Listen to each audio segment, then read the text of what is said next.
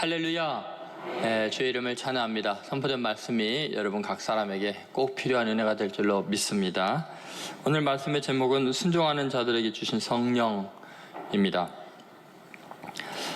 저희 교회 이제 창립 63주년을 맞이해서 이렇게 하나님께 많은 성도들과 함께 예배드리고 영광을 돌리게 되는 것, 정말 하나님께 감사를 드리지 않을 수 없습니다.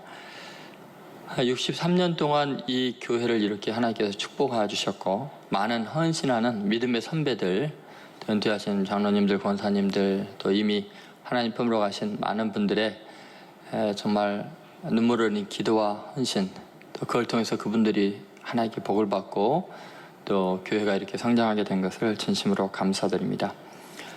이 교회가 이렇게 있기까지 한 장로님의 모든 것을 내건 헌신으로 출발이 됩니다. 우리 선우중원 장로님, 고 선우중원 장로님께서 당신의 집을 다 헌납하시고 그 안에서 정말 하나님의 나라와 의를 구하기 위해서 그 옛날에 이 지역의 위치를 잘 보시고 신천 지역에서 가장 높은 곳에 정말 호박밭밖에 없고 무덤이 가득한 이곳에서 하나님께 헌신함으로 말미암아 이렇게 위대한 역사들이 나고 63년 동안 얼마나 많은 믿음의 사람들이 양육이 되었겠습니까? 사회 각처에서 하나님의 말씀대로 하나님의 나라를 위해서 헌신하는 귀한 인재들은 이런 작은 헌신들을 통해서 오늘에 이르기까지 줄기차게 이어져 왔고, 또 앞으로도 우리에게서 자란 젊은이들과 어린아이들이 이 시대 하나님의 나라를 위해서 귀히 쓰임받는 인물들이 될 줄로 믿습니다.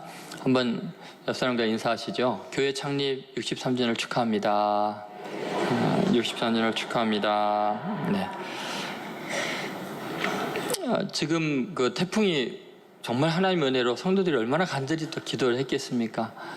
정말 비만 뿌리고 아주 큰 피해 없이 이렇게 간 것이 얼마나 감사합니까? 뭐 도나디 형이니 뭐니 해가지고 소멸되지 않는다고 그 위세 등등하게 온다 그러더니 정말 하나님의 은혜로 이렇게 무사히 진행하게 된 거 진심으로 감사합니다. 이 날씨, 자연의 어떤 태풍보다 더 무서운 것이 역사의 태풍인 것 같습니다. 전 세계 정말 이 몰아치는 태풍, 한반도에 불어오는 이 태풍이 어떻게 어떤 진로로 방향이 어떻게 바뀔지, 그건 우리가 얼마나 기도하고 하나님께 매달리느냐에 달려있는 것 같습니다. 세계 각 정상들의 마음을 어떻게 움직이실지, 또 트럼프나 김정은의 마음을 어떻게 움직이실지, 또 경제 태풍이 정말 몰려오는 것 같은 그런 위기도 있고, 정책인 혼란과 어려움도 있고, 좀 복합적으로 얼마나 엄청난 일들이 일어날지 아무도 알 수가 없습니다. 이때야말로 우리 성도들이 깨어서 간절히 하나님께 기도하면서 이번 솔빅인지 소릭인지 이 태풍처럼 위세 등등하고 굉장한 일이 일어날 것 같았지만 복으로 끝나듯이 은혜의 단비로 하나님의 은총이 가득한 역사가 있도록 우리 성도들이 깨어서 간절히 기도하시기를 간절히 소망합니다. 저희 나라에서 처음 자동차가 만들어질 때 대한뉴스를 비롯해서 대통령이나 얼마나 흥분하고 감사했습니까? 이런 이야기가 있습니다. 어느 나라에, 정말 어렵고 가난한 나라에 처음 자동차가 생산이 됐습니다. 처음 자동차가 만들어지니까 대통령을 비롯해서 산부 요인과 모든 경제계 거물들이 모여서 처음 이제 시승을 하게 됩니다. 얼마나 긴장된 순간입니까? 대통령을 뒤에 태우고 운전기사가 시동을 거는데 시동이 안 걸리는 거예요. 아무리 시동을 걸려고 발버둥을 쳐도 안 되는 거예요. 그래서 그 자동차를 만든 사람들이 막 급하게 달려와서 조사를 해봤습니다. 이게 웬 낭패입니까? 아무리 봐도 이상이 없는 거예요.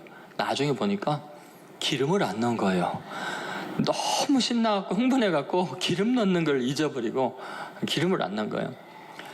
여러분, 우리 교회가 오늘 이 자리까지 이렇게 아름다운 예배당에서 좋은 위치에서 또 여러 가지 교회 규칙을 만들고 여러 가지 제도와 또 훌륭한 일꾼들을 세우고 하나님의 나라와 역사를 위해서 일하려고 하지만, 만약에 우리 가운데 성령의 충만함이 없다면, 등불을 준비하지 않은 그 처녀들처럼 만약에 성령의 기름 부으심이 없다면요, 아무리 의리의리하고 다른 사람들이 칭찬하고 굉장한 것 같아도요, 아무 일도 못합니다. 하나님 앞에 쓸모없는 교회에 불과할 수밖에 없을 것입니다. 만약에 성령의 기름 부으심이 없으면 예배 드리는 것이 헛일이고 인간적인 쇼에 불과할 겁니다. 성령의 역사가 없는 모든 사회 봉사, 선교 이런 것들은 우리 자랑에 불과하는 것으로 끝날 것입니다. 그래서 성령의 충만함이 어쩌면 지금 63주년을 맞는 우리 교회 가장 시급한 문제고 절실히 우리가 사모해야 될 문제가 아닌가 하는 생각이 듭니다. 지금 사도행전 5장에 나오는 초대교회 지금 산헤드린 공회에 의해서 유협을 받고 있고 많은 핍박 가운데 있지만 그들은 사람의 뜻보다 하나님의 뜻을 선택하고 하나님의 절대적인 주권과 예수 그리스도의 복음의 본질을 이야기하면서 마지막으로 성령에 대한 이야기를 하고 있습니다. 그래서 8월 내내 저희가 지금 이 본문을 통해서 우리 교회 사명이 무엇인가, 아주 근본적으로 하나님의 주권, 예수 그리스도의 복음의 핵심, 그리고 지난주와 오늘에 이어서 이제 성령의 충만함에 대한 이야기를 나누고 있습니다. 여러분, 우리는 모두 다 성령을 받은 사람들입니다. 너희가 회개하여 각각 예수 그리스도 이름으로 세례를 받고 죄 사함을 받으라. 그리하면 성령의 선물을 받으리니 그랬습니다. 그러니까 우리는 성령의 선물을 받은 사람이고 성령님이 우리 안에 내주해 계십니다. 그런데 우리가 정말 하나님의 일을 하기 위해서는 성령의 충만함을 받아야 됩니다. 성령님이 내주하시는 것과 충만함은 차이가 큽니다. 여러분, 어떻게 하나님의 성령이 초대교회 성도들의 마음을 감동하셔서 그 위대한 일을 행하신 것처럼 우리도 성령 충만한 위대한 교회로 역사를 바꾸는 하나님의 도구로 쓰임받는 귀한 일이 있을까요? 첫 번째 우리가 생각할 것은 순종하기로 결단하라입니다. 한번 따라해보세요. 순종하기로 결단하라. 여러분, 이 성령님의 임재도 그렇고 충만함도 그렇습니다. 순종하기로 결단한 사람들에게 성령 충만함이 일어납니다. 32절 말씀 다 같이 봉독하겠습니다. 우리는 이 일의 증인이요 하나님이 자기에게 순종하는 사람들에게 주신 성령도 그러하니라 하더라. 여기 보면은 하나님이 자기에게 순종하는 사람들에게 주신 성령, 이렇게 이야기를 하죠. 결국은 이 성령님의 역사와 순종은 절대적인 관계에 있습니다. 순종이 없으면 성령의 임재도 불가능하고 충만도 불가능하고 성령님께 쓰임받는 것도 불가능합니다. 우리의 모든 삶에 있어서 온전하게 하나님께 순종하기로 결단하면 우리 각 사람은 100% 성령 충만한 사람이 됩니다. 우리 교회가 사람의 뜻과 기준을 다 내려놓고 성령님께 온전하게 순종하겠습니다, 그렇게 결단하면 온 교회가 성령 충만한 교회가 될 수 있습니다. 여러분, 내가 순종하고자 하는 만큼만 성령 충만합니다. 여러분, 에스겔서에 보면은 하나님의 보좌로부터 물이 흘러내립니다. 점점 흘러오니까 발목에 찹니다. 첨벙거리고 움직일 수 있죠. 그 다음에 이제 무릎까지 찹니다. 좀 불편하지만 그래도 마음대로 움직입니다. 허리까지 찹니다. 이제 거동이 힘들어지고 가슴까지 차고 목까지 차니까 붕 떠서 물에 떠내려가게 됩니다. 여러분, 우리의 삶에 있어서 성령에 순종하는 영역이 그냥 발목 정도로 첨벙첨벙하고 다닌다면 성령 충만함이 될 수 없죠. 내 삶 전체가 성령의 운행하시면 맡겨지는 삶을 살지 않으면 성령의 충만함으로 말미암아 우리가 승리하는 위대한 삶을 산다는 것이 불가능합니다. 여러분은 어디까지 성령님께 삶을 내어드리기를 원하십니까? 예를 들어서 적어도 나는 성수주일은 하겠습니다, 주일은 철저하게 주님께 드리겠습니다 하면 그만큼 성령 충만한 겁니다. 어떤 사람은 나는 하나님 말씀이 더 갈급하고 주님께 기도하고 찬양으로 뜨거운 은혜를 경험하기 원합니다, 그래서 수요일도 나가기를 원합니다 하면 그 정도 성령 충만할 겁니다.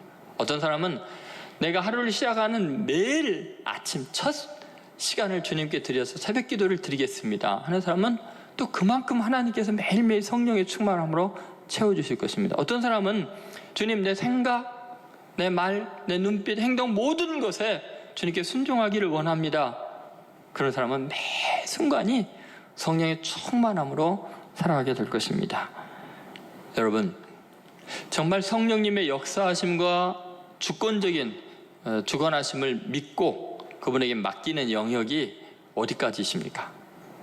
어떤 사람은 내 힘으로는 도저히 자식 교육이 안 되니까 성령님, 내 자식을 감동하셔서 내 자식을 주님의 뜻대로 인도해 주십시오 하고 이제 성령님께 맡깁니다 하면 성령님께서 그 자식의 운명을 바꾸시고 감동하는 역사가 있을 줄로 믿습니다. 실제로 그런 일이 있습니다. 엄마가 변해서 내가 변했어요. 조스키라는 분이 쓴 책입니다. 이분이 17년간 교직 생활을 했어요. 미국 조지아주 애틀란타에 이민 간 후에 신민사 취재부장으로 근무하고 현재는 문서선교의 뜻이 있어서 지금 고국으로 돌아와서 집필 활동 중입니다. 이 제목이요. 뭐죠? 엄마가 변해서 내가 변했어요. 아들이 실제 한 말을 책 제목으로 한 겁니다. 이분이 교직 생활을 했으니 애들 교육에 얼마나 남다른 열정이 있었겠어요. 그런데 도무지 교육이 안 되는 거예요. 그러다 어느 날 미국 이민 생활 중에 성령의 불을 받았어요. 성령 충만해지면서 주님 더 이상 내가 어쩔 수 없음을 알았습니다. 이제 성령님께 내 아이를 완전히 맡겨드립니다. 성령님께 순종하겠습니다. 모든 것이 자신의 잘못이지 자신이 변화되지 않은 것이지 애의 문제가 있지 않다는 것을 알고 회개하는 마음으로 이렇게 기도했습니다. 예배를 드려야 한다고 아무리 야단쳐도 꼼짝도 않고 지 멋대로인 애가 어느 날 갑자기 예배를 드리기 시작하고 삶이 변화됩니다. 아들이 이런 말을 했습니다. 전에는 엄마가 교회 가라고 소리 지르거나 예배 중에 졸지 말라고 야단을 쳐도 아무런 느낌이 없었습니다. 여러분 아무리 혼내도요 느낌이 없대요. 그러니까 혼내지 마세요. 그런데 엄마가 성령에 이끌려 변해가는 것을 보며 나도 그러고 싶어졌어요. 이제는 저절로 마음이 움직여요. 엄마가 변해서 나도 변했어요. 한번 따라해보세요. 엄마가 변해서 나도 변했어요. 여러분, 내가 성령 충만해지면요 주의가 변화되기 시작합니다. 여러분 사업 문제도 마찬가지예요. 내 앞길에 뭐 하는 것도 마찬가지입니다. 주님, 제가 주님의 증인이 되기를 원하고 하나님 나라의 영광을 위해서 살기를 원하오니 성령님 제 사업을 인도해 주세요. 책임져 주세요. 지혜를 주세요. 성령님께 내어 맡깁니다. 그분의 그 자리를 내어드리고 그분의 주권을 인정해 들어가기 시작하면 성령님께서 지혜를 주시고 놀랍게 인도해 주실 줄로 믿습니다. 아멘을 한 3분의 1만 했어요. 이유는 뭐냐? 성령 충만하기를 진짜 원하지 않아서 그래요. 여러분 정말 내면 깊은 곳에부터 내 삶 전체 모든 영역이 성령의 지배를 받기를 원하십니까? 네, 이제 억지로 이제 하시는 느낌은 좀 납니다만 그래도 힘찼습니다. 여러분 보세요. 우리는요 성령 충만하게 해달라고 하지만 내면 깊은 곳에서는요 하나님 여기까지입니다. 이 정도까지만입니다. 거기 있어요. 선이 있어요. 여러분 정말 모든 내 삶의 영역이 전적으로 성령의 지배받기를 원한다면 그렇게 됩니다. 성령님은 지금 우리 안에 가득 역사하기를 원하시고 우리를 지배하기를 원하시는 분이십니다. 그런데 내가 그걸 원하지 않는 거예요. 주님, 내가 예배에 올 때는 성령 충만하지만 내가 회사 가서는 안 됩니다. 내가 사랑하는 사람들과 관계 속에서는 괜찮지만 내 원수 만날 때는 성령님 잠깐만 쉬십시오. 제가 처리하겠습니다. 우리는요 교묘합니다. 하나님 유혹이 올 때 죄 짓고 싶은 생각이 들 때는 성령님 잠깐만 눈 감아주고 거기 계세요. 제가 잠깐만 놀다 오겠습니다. 여러분 진짜 성령 충만함을 우리는 사모하지 않습니다. 여러분 순종은 내가 원하는 것, 내가 뜻하는 것, 내 의지 다 내려놓고 온전하게 맡겨드리는 것입니다. 성령님은 인격적이신 분이기 때문에요 절대로 내 뜻을 거슬려서요 억지로 역사하시지 않습니다. 도널드 킴벨이 이런 말을 했습니다. 성령은 신자들 안에서 자동적으로 혼자 역사하시지 않고 그 상대의 반응을 기다리신다 그랬습니다. 여러분 성령님은요 우리의 반응을 지금 눈치 보고 계셔요. 예를 들어서 이러죠. 아무개 권사야 또는 집사야 그러실 거예요. 나는 너의 원수를 너가 용서해 줬으면 좋겠다. 그냥 깨끗이 있고 용서해 줄 수 없니? 아마 성령의 음성이 내 안에 들릴 수 있습니다. 그러면 이렇게 반응할 수 있어요. 성령님, 제가 얼마나 상처 많이 받으신지 알잖아요. 제가 얼마나 속이 분하고 속이 뒤집어져 있는지 아시잖아요. 제 감정이요, 지금 얼마나 상해 있는지 아시잖아요. 그런데 성령님, 그렇게 말씀하시니까 그것이 성령님의 뜻이라고 하니까 제 감정, 의지 다 내려놓고 깨끗이 용서하고요, 더 사랑해주고 더 선을 베풀면서 억울함을 이겨나가겠습니다. 만약에 그렇게 여러분이 성령님께 자리를 내드리잖아요. 그러면 성령님이 기뻐하시면서 여러분의 삶을 주관하기 시작하십니다.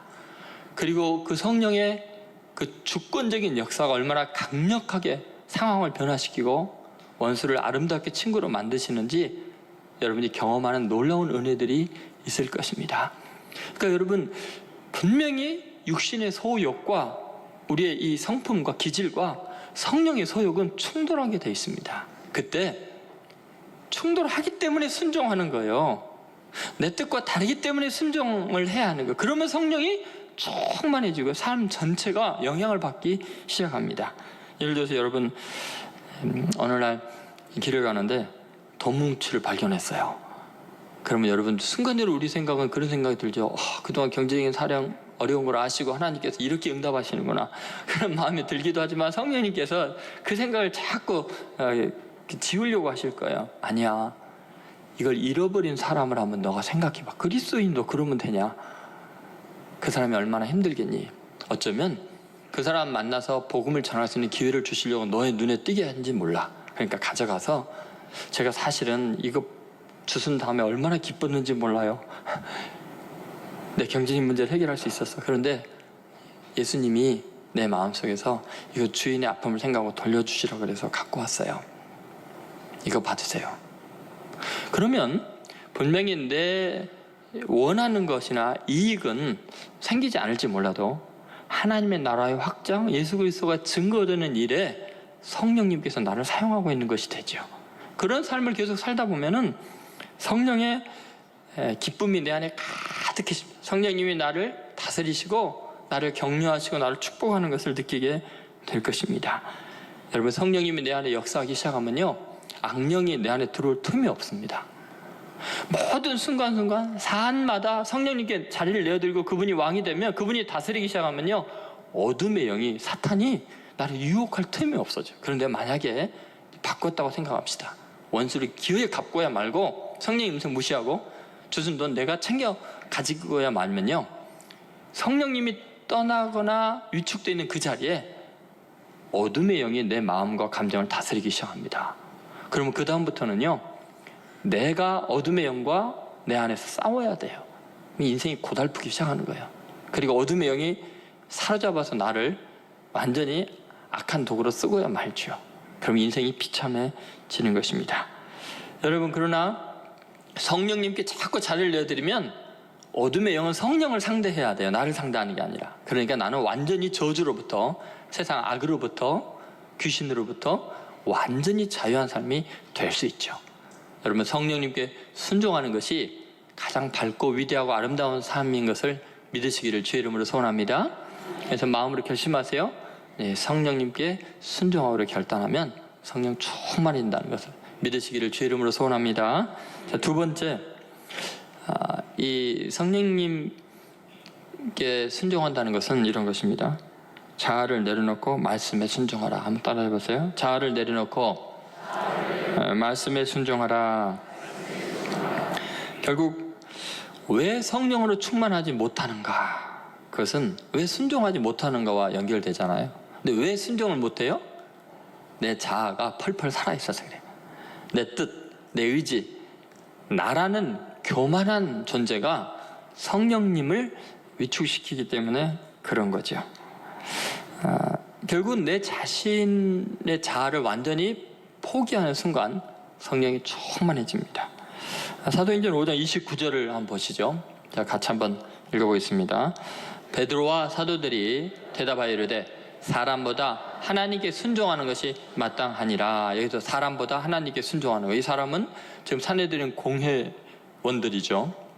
세상이 요구하는 원칙대로 예수 이름으로 말하지 말아라. 그 사람들의 말, 그게 순종하는 것이냐, 아니면 하나님의 뜻대로 하나님의 나라를 위해서, 복음을 위해서 예수님을 증거하는 삶을 살 것이냐. 그런데 만약에 사람에게 순종하면 내가 살 수 있어요. 내가 당당하게 편안하게 세상 생활을 할 수 있어요. 근데 하나님께 순종하면 세상에 의해서 내가 죽임을 당하게 돼요. 그리고 얼마 있다가 요한의 형제 야고보가 목베어서 죽임을 당하고요. 수많은 성도들이 핍박 때문에 예루살렘을 떠나야 돼서 모든 집과 가산을 다 빼앗기고 유리방황하는 비참한 인생이 되죠.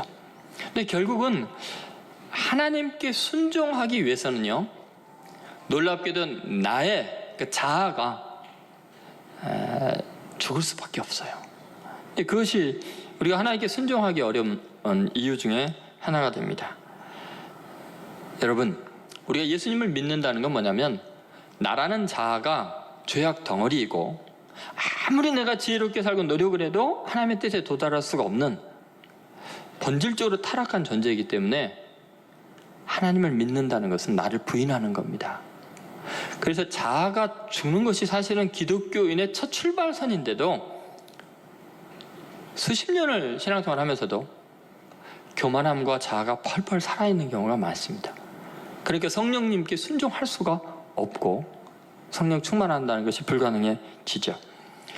제가 어렸을 때 중고등학교 때 수련회를 가면 정말 귀가 닳도록 부르곤 했던 찬양이 이런 거였습니다. 예수님 때문에 형제를 사랑합니다. 예수님 때문에 자매를 사랑합니다. 그 다음 말했어요. 예수 위에 살고 예수 위에 죽고 예수 위에 먹고 예수 위에 자고, 그렇게 했어요. 그 다음에 또 2절인가요? 예수님 때문에, 그 다음 뭐예요? 자아가 죽었습니다. 예수님 때문에 자아가 죽었습니다. 예수 위에 살고 예수 위에 죽고 예수 위에 먹고 예수 위에 자고, 그런 찬양을 불렀어요. 근데 요새는요, 그런 찬양 거의 안 불러요. 자아가 펄펄 살아가지고 자기의 꿈과 소망을 이루기 위해서 하나님께 요청하는 그런 것들이 참 많아요. 여러분, 가장 기본적인 것에부터 지금 실패를 하고 있죠. 우리가 예수 믿는 것은 자아를 실현하기 위한 게 아니라 주의 뜻을 이루기 위해서. 여러분 믿습니까? 그것이 정말 성공이라고 여러분 믿습니까? 그런데 기도의 제목에 보면 전부 다 하나님의 나라와 의를 구하는 것이 아니라 자아 성취와 자기 욕망을 추구하기 위해서 신앙생활을 적당히 하고 있는 거죠. 여러분, 내 자아가 죽지 않으면 성령 충만함은 불가능합니다. 그러면 어떻게 죽이나요? 자아를. 자아가 보이지도 않는데, 그것은 하나님의 말씀을 대면하고 그 말씀을 깨닫고 그 말씀에 순종하는 것이 자아가 죽는 모습입니다. 나는 없고 하나님의 뜻만 이루어지는 삶, 하나님의 말씀을 듣고 깨닫고 순종하는 길밖에 없다는 거죠. 여러분, 만약에 우리가 하나님께 순종한다고 하면서 하나님의 말씀을 읽지 않잖아요. 말씀 듣지도 않죠. 그리고 읽지도 않고 듣지도 않은데 일주일에 한 번 예배 드리러 와서 여기에서 마저 졸고 있지요. 그러면 자아는 여전히 살아있는 겁니다. 그러니까 내 자아를 이 스스로에서 도려내는 하나님의 말씀의 금을 대면할 기회가 없는 거죠. 여러분, 우리가 만약 하나님의 말씀을 대면하지 않으면 유혹이 우리 안에서 쑥쑥 자라 올라옵니다. 마치 잡초처럼 아무리 뽑아도 하나님의 말씀이 우리의 삶에 뿌려지지 않으면, 말씀의 씨가 뿌려지지 않으면요, 세상의 죄악이 내 안에서 무성하게 자라납니다. 그러므로 여러분, 우리는 하나님의 말씀에 순종해야 되고요, 그 말씀을 붙들고 어떻게 하든지 실천하려고 기도하면서 몸부림치는 삶을 살아야 합니다. 주님께서 내 삶을 선택하시도록 내 삶을 양보해 드릴 필요가 있습니다. 사무엘 루트 포드라는 사람이 이런 말 했어요. 주님께서 선택하시도록 자신을 드리라. 한번 따라해보세요. 주님께서 선택하시도록 내 자신을 드립니다. 여러분, 이 하나님의 말씀을 순종하는 것이 바로 선택권을 하나님께 드리는 것입니다. 그래서 늘 주님 앞에 이렇게 기도해야 돼요. 주님, 제가 이런 말을 할까요 말까요? 이 말이 내뱉고 싶은 말이 지금 이 앞에까지 와 있는데 주님 말씀해 주십시오. 주님, 내가 이렇게 반응할까요? 저렇게 반응할까요? 주님 선택해 주시면 제가 순종하겠습니다. 이런 것들이 성령 충만함이고 자아가 죽는 모습이죠. 예를 들어서 사도행전 이제 9장에 가면은 아나니아라는 그 다메섹의 그 종교 지도자가 나옵니다. 그리고 이제 우리가 보다시피 사도행전 앞부분에서는 그 예루살렘에 아나니아라는 사람이 있죠. 아나니아와 삽비라. 이 사람들은 자기의 뜻을 위해서 성령을 이용하죠. 그러다가 거짓말해서 성령을 속인 죄로 부부가 다 죽임을 당하잖아요. 그런데 다메섹의 똑같은 이름의 아나니아라는 사람은 자기의 뜻과 자기의 의향이 분명히 있었습니다. 그게 뭐냐면 사울이라는 청년이 스데반을 돌로 쳐 죽이고 다메섹까지 와서 그 기독교 리더인 자기를 체포하려고, 자기를 죽이려고 오고 있는 걸 알고 있어요. 그런데 성령님께서 말씀하십니다. 아나니아야, 사울이라는 사람을 찾아가서 안수 기도해주고 그 눈멀게 된 눈을 뜨게 해줘라. 그러니까 아나니아가요, 성령님께 그렇게 말합니다. 무슨 말씀이세요? 원수입니다. 예루살렘에서 수많은 사람을 잡아 죽이고 이제 여기 있는 우리도 잡아 죽이려고는 우리 원수입니다. 안 됩니다. 그랬더니 그렇게 말씀하시죠. 아니다, 내가 택한 그릇이다. 이방인을 위한 내 그릇이다. 가라. 그러니까 아나니아가요, 자기의 생각과 자기 입장 모든 걸 접어놓고 거기 가면 잡혀서 자기도 죽임당할 수도 있잖아요. 사울을 찾아갑니다. 얼마나 떨렸겠어요.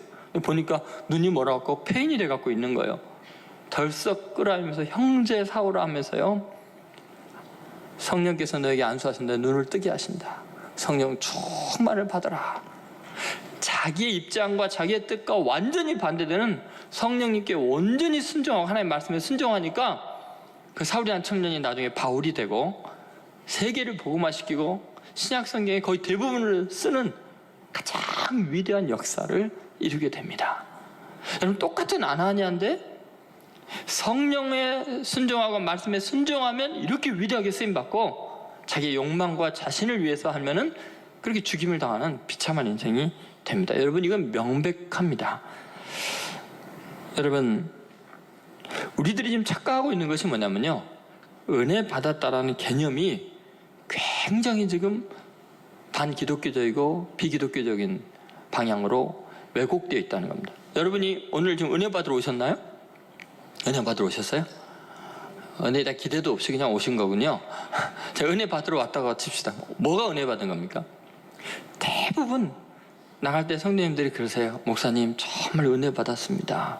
뭐가 은혜 받은 거예요? 네, 여러분 생각해 보세요. 뭔가 깨달음을 얻었다는 거예요? 득도했다는 거예요? 그럼 절에 가세요. 그 득도를 추구하고 있거든요. 여러분 잘 생각해 보세요. 그 깨달았다, 은혜 받았다는 말이 뭐를 의미할까요? 내가 몰랐던 걸, 새로운 걸 알아가는 기쁨이 있다는 겁니까? 그러면 교만해졌네요. 영적으로 교만해진 거예요. 또 어떤 사람은 그래요. 목사님, 정말 오늘 메시지가 너무 좋습니다. 은혜 받았습니다. 아마 그 집사님 마음이 찔렸을 겁니다. 속이 다 시원합니다. 그 뭐예요? 자기 의견에 동조하는 설교를 했다는 거예요? 자기 정치적인 노선, 자기의 어떤 신앙의 스타일과 딱 맞는 설교 중에 은혜 받은 겁니까? 아니에요. 그 은혜 받은 게 아니라 교만해진 겁니다. 시험에 든 겁니다. 기독교적인 의미에서 은혜 받았다는 그런 게 아니에요. 은혜 받았다는 것은요, 내가 순종해야 될지 말아야 될지 고민할 정도로 괴로운 상태에 놓였다가 맞습니다. 제가 지금 내 의견 내려놓습니다. 주님 말씀에 순종하겠습니다 하고 눈물로 회개하는, 내가 변화되는 것이 은혜 받은 것입니다. 여러분, 다시 말해서 하나님의 말씀을 대면하면 우리 인간은 육신의 소욕과 충돌하는 걸 느낍니다. 내가 하나님의 진리에서 얼마나 떠나 있는가를 깨닫게 되고 괴롭고 찔리고 아픈 마음이 듭니다. 그런데 내가 순종하기로 결심하는 순간 내가 회개하게 되죠. 그 말씀의 수준에 난 너무나 못 미치는 삶을 살아왔습니다. 용서해 주십시오. 이제는 순종하겠습니다. 그렇게 해서 삶이 변화되는 것이 은혜 받은 것입니다. 다시 말해서 내 죄가 발견이 되고 내가 돌이켜 회개하고 새 사람이 되는 것이 은혜 받는 겁니다. 거기까지 가지 않으면요, 우린 종교적인 지금 마약을 마시러 온 거나 마찬가지예요. 괜히 자기가 원하는 것, 하고 싶은 대로 다 하기 위해서, 또 죄책감, 지은 죄에 대한 그 죄책감을 여기서 다 마비시키기 위해서 은혜 받는다고 착각을 할 수가 있습니다. 여러분, 정말 우리가 은혜 받은 것은 내가 회개할 것이 발견이 되고 내 삶과 인격과 성품이 바뀌고 기질도 바뀌고 행동이 바뀌는 어마어마한 기적 같은 일입니다. 여러분, 그럴 때 자아가 조금씩 죽어나가고 성령님이 내 안에 살아 역사하는 것을 경험하게 되죠. 그래서 여러분, 매주일마다 올 때마다 내 자아는 점점 줄어들고 성령님은 내 안에 커지시는 걸 경험합니까? 주님의 다스리심이 점점 내 삶의 영역이 확장되는 걸 경험하십니까? 그러면 점점 성령 충만해지고 있는 겁니다. 하나님의 사람이 되고 있는 것입니다. 신앙생활 잘하는 것입니다. 근데 교회생활 수십 년을 했는데 내 마음에 내 의와 교만함과 예수님의 성품과 전혀 다른 무례함이 있다면 성령 충만한 게 아닙니다. 신앙생활 잘못하고 있는 것입니다. 성령님께 순종하는 삶은 여러분 정말 멋지고 위대한 삶입니다. 예수님이 분명히 그러셨습니다. 누구든지 나를 따라오려거든 뭐라 그랬어요? 자기를 부인하고요. 이게 첫 번째 단계예요. 그러니까 여러분, 결국은 우리는 수십 년 신앙생활에서 잘못하면 첫 발을 못 디딜 수도 있어요. 내 자신을 부인하지 않으면. 이게 뭐예요? 부인한다는 뭐예요? 자기 자아를 내려놓으라는 거예요. 성령님께 순종하라는 거죠. 그런데 여러분, 신기하게도 많은 현대 그리스도인들은 자아를 계속해서 강화시키면서 종교생활을 열심히 하고 있습니다. 그렇게 이것은 성경의 말씀과 정반대로 간 신앙생활 아니에요. 그래서 세상 사람들에게 지탄을 받고 교회가 욕을 먹고 병 들어가고 있는 거죠. 여러분, 이제 우리의 삶에 있어서 성령님께 모든 걸 맡기도록 하세요. 근데 왠지 불안하십니까? 성령님께 순종하면 세상에서 바보가 되고 손해보고 약간 모자란 사람이 되고 그럴 것 같습니까? 그거요, 사탄이 여러분 속이고 있는 겁니다. 성경을 잘 몰라서 그렇습니다. 여러분, 성령님은 창조의 영이에요.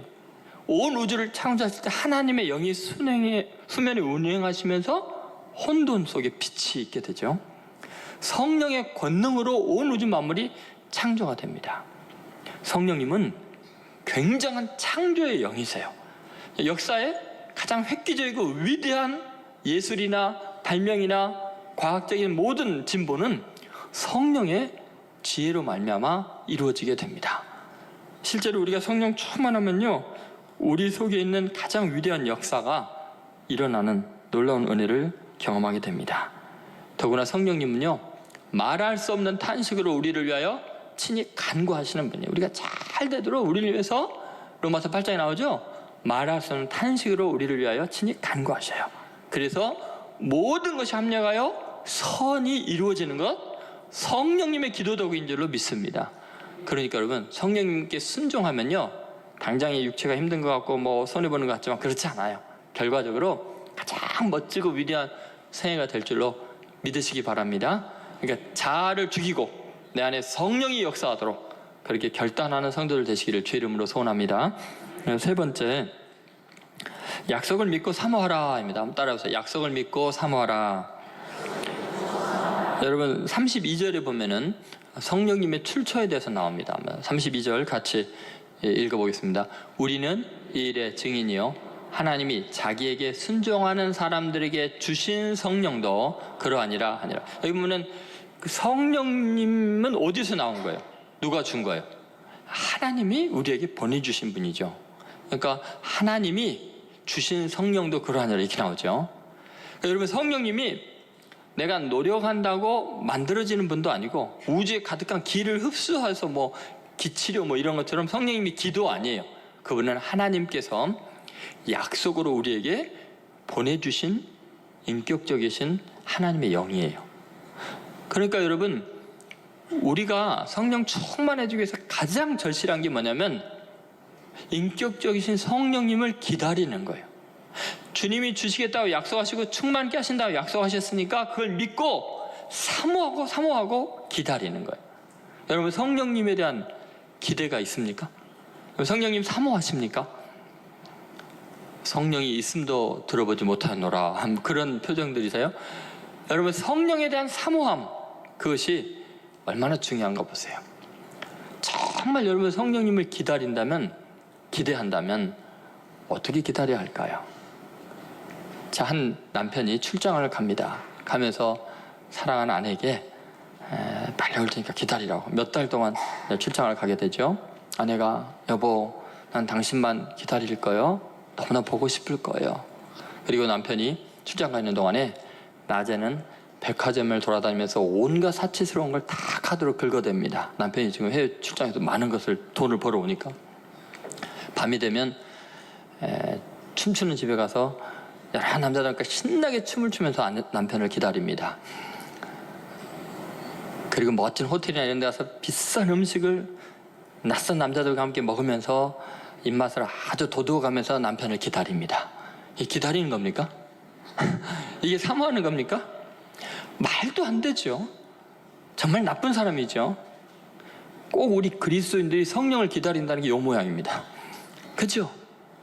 자기 자신을 위해서 사치하고 자기 자신의 쾌락과 육신의 즐거움을 다 즐기고 자기가 하고 싶은 거, 먹고 싶은 거 다 이 땅에서 누릴 것 다 누리면서 성령님 오시옵소서, 성령님을 기다립니다. 그거 기다리는 거 아닙니다. 사모하는 거 아닙니다. 여러분, 기다림은 그리움이고요, 사모함이고요, 집중하는 겁니다.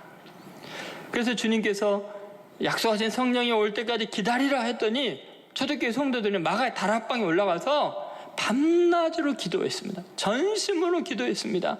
그때 성령으로 충만해지고 역사의 가장 위대한 일들이 이루는 그리스도의 증인들이 되고 그들을 통해서 오늘까지 우리가 구원받는 놀라운 역사가 있지요. 여러분, 하나님의 성령을 사모하시기 바랍니다. 그러면 정말 간절히 기도하셔요. 정말 그분을 사모하셔야 돼요. 여러분, 우리가 성령을 왜 사모하고 왜 기다려야 되냐면 하나님께서 우리 인류에게 줄 수 있는 최고의 선물이 하나님의 영이기 때문에 그렇습니다. 여러분에게 옷을 주는 것, 차를 주는 것, 집을 주는 것, 지식을 주는 것보다 더 중요한 게 성령님을 우리에게 하나님이 주시는 겁니다. 이게 얼마나 중요한지 그래요.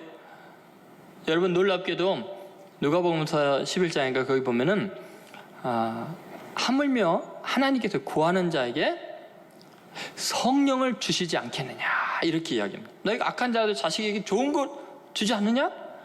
그런데 하물며 하늘 아버지께서 구하는 자에게 마태복음에는 가장 좋은 걸 주시지 않겠느냐 하는데 누가 보면 뭐라 그래요? 그 가장 좋은 것이 뭔지를 구체적으로 이야기해요. 그게 뭐예요? 성령을 주시지 않겠느냐. 여러분, 하나님의 영이 충만하면요, 우리가 꿈에도 그리던 모든 것이 그분의 능력 안에서 다 이루어집니다. 여러분, 성령님을요 이상한 무당기로 생각하면 안 돼요. 성령님은요 질서의 영이에요. 가장 아름답고 위대한 창조의 영이시기 때문에 성령이 충만하면 예술가는 가장 위대한 작품을 남기는 거예요. 핸델, 바하 전부 다 성령 충만할 때 가장 위대한 곡을 썼어요. 막 성령에 사로잡힐 때 가장 완전한 논리 속에서 최고의 예술품이 나오는 거예요. 미켈란젤로 성령 충만한 사람이었어요. 하나님 말씀에 능한 사람이었어요. 여러분, 윌리엄 윌버퍼스, 영국의 위대한 정치가죠. 40년 동안 노예 폐지 운동을 벌여서 국회에서 통과시켰던 사람이에요. 성령 충만한 사람이었어요.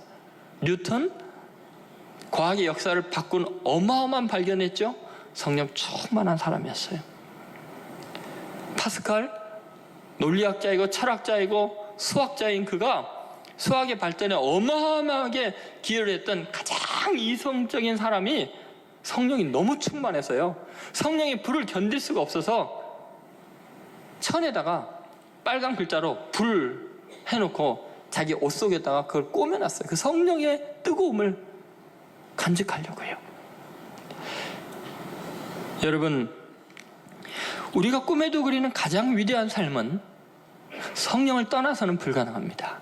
성령 충만할 때 가장 이상적이고 논리적이고 과학적이고 시적이고 아름답고 위대한 사람이 될 수 있습니다. 여러분 믿습니까? 그래서 주님은 그걸 주고 싶으신 거예요. 그래야 네가 창조된 목적을 가장 위대하게 완성할 수 있단다. 그러니까 여러분 성령을 사모하셔야 돼요. 성령을 간구하지 않고 다른 것을 간구하는 것은 대단히 미련하고 어리석은 일입니다. 성령을 사모하지 않고 뭘 사모하십니까 여러분? 자동차 사모하십니까? 옷을 사모하십니까? 네? 집을 사모하십니까? 명예를 추구하십니까? 권력을 사모하십니까? 그래서 그런 건 누린 사람들의 결국을 여러분 어떻게 보십니까? 여러분 성령 충만하십시오. 성령님은 우리의 죽을 몸도 다시 영의 몸으로 살리시는 분입니다. 예수를 죽은 자가 살리시니까 성령님이십니다. 그러니까 여러분 성령 충만한 만큼 위대한 일은 없습니다. 여러분 지금 이 시대에 가장 필요한 것이 뭘까요? 이 국제적인 정세 속에서, 국가적인 문제 속에서, 경제적인 여러 어려움 속에서 이 문제를 해결할 수 있는 가장 필요한 선물이 뭘까요? 여러분 요셉처럼 성령 충만한 사람이 7년 대기근에서 고대운동을 다 먹여 살립니다. 성령 충만한 다니엘 같은 사람이 포로로 끌려가서도 제국 전체를 움직이는 엄청난 역사를 이룹니다. 그들의 공통점은 뭐예요? 성령 충만함 밖에 없습니다. 여러분 우리 신천교회가 지금 뭐가 필요합니까? 정말 필요한 게 많아요. 교육관도 필요하고 여러 가지 제도 정비해야 되고, 그러나 여러분 63년을 맞이하면서요, 제가 아무리 기도해도 지금 우리 교회 가장 시급하고 가장 절실히 가장 소중한 것은 성령 충만한 교회입니다. 성령 충만한 목사이고 성령 충만한 장로님이고 성령 충만한 권사님들이에요. 그래야 이 신촌에 어둠이 가득하고 죄악이 가득한 곳을 거룩한 도시로 바꿀 수 있는 줄로 믿습니다. 여러분 무엇보다 성령의 충만을 구하십시오. 그러면 우리의 젊은이들이 성령 충만해지면 그들이 이 민족을 새롭게 하시고 세계 역사로 움직이고 하나님의 나라에 이 땅에 이르는 인물들이 나올 줄로 믿습니다. 그렇게 성령 충만한 신천교회 되기를 주의 이름으로 축원드립니다.